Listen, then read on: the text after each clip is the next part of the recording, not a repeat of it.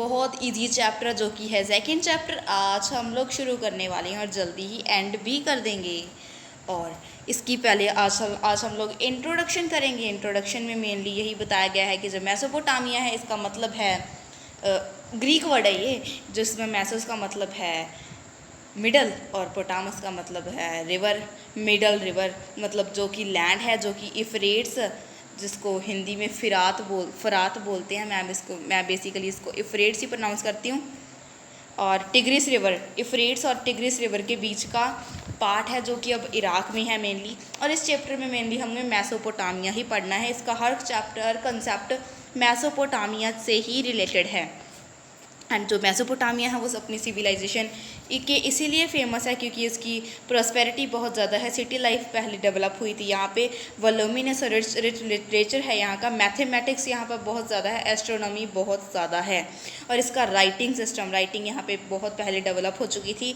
और इसका writing system जो कि ईस्टर्न मेडिटेरियन तक फैला हुआ था, उसके बाद साइर तक फैल गया, उसके बाद टर्की तक फैल गया। 2000 BC तक तो ये सब कुछ हो चुका था मतलब। और उसके बाद इस राइटिंग सिस्टम से जो सभी रीजन से एक दूसरे को कांटेक्ट करते थे और लिखते थे लेटर्स वगैरह। इसमें मेनली जो फेराओ ऑफ इजिप्ट है वो एक मेन मतलब मेन एरिया था जहाँ पे जो सेंड किए जाते थे वो लेटर वगैरह लिख के। और हिस्ट्री में जो मेनली कुछ लैंड्स के बारे में पता चला है, जैसे कि पहली जो शहर मिले हैं वो है सुमेर और अक्कड़ जो कि साउदर्न रीजन थे।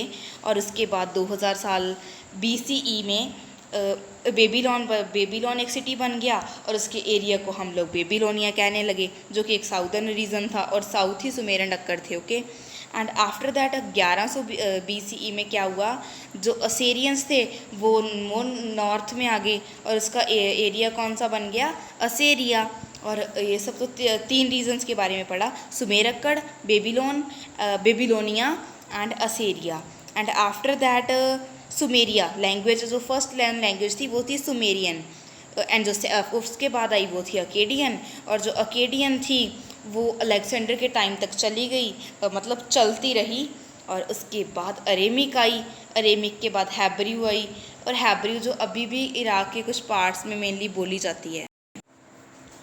और उसके बाद मेनली जो आर्कियोलॉजी है वो मेसोपोटामिया में शुरू हो गई, जो कि 1840 में शुरू हुई। फिर एग्जावेशन होने लगी वहाँ मेसोपोटामिया में, जो कि मेनली उर्क और मरी जो एरिया है दो, उन पे बहुत ही मतलब दशकों तक, मतलब दसों सालों तक वहाँ पे खुदाई चली। जबकि इंडिया की ऐसी कोई भी साइट नहीं है जहाँ पे इतनी लंबी खुदाई चली हो।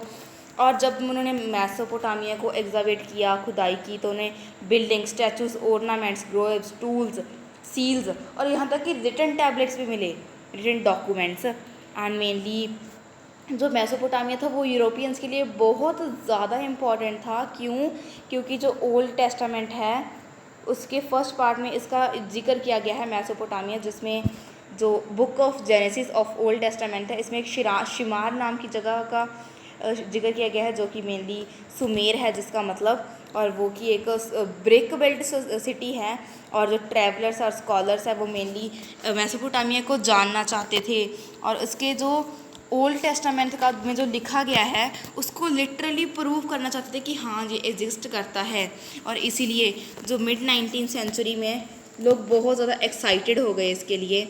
और 1873 में जो ब्रिटिश न्यूज़पेपर ने एक ब्रिटिश म्यूज़ियम को फंड किया, मतलब एक फंडेड एन एक्सपेडिशन, ताकि वो लोग एक टैबलेट पर सर्च कर पाएँ जो कि एक स्टोरी फ्लड के बारे में है, बाइबल में बताई गई है, उसको मेनली नरेट करता। और स्टोरी के अकॉर्डिंग क्या है कि जो फ्लड है वो अर्थ पे सारी लाइफ को डिस्ट्रॉय कर देगा। इसलिए गॉड ने एक मैन, नो नाम के किसी मैन को चुना, जिसकी वजह से जो अर्थ है वो अर्थ पे लाइफ है वो बहुत टाइम तक चल सकी।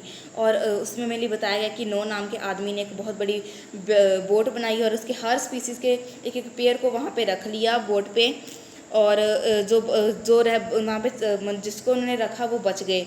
और उसके बाद ऐसी ही एक स्टोरी मेसोपोटामिया ट्रेडिशन में भी है, और जो कि जिसमें जो मेन करेक्टर है वो है जिसूदरा और उत्नापिश्तिम।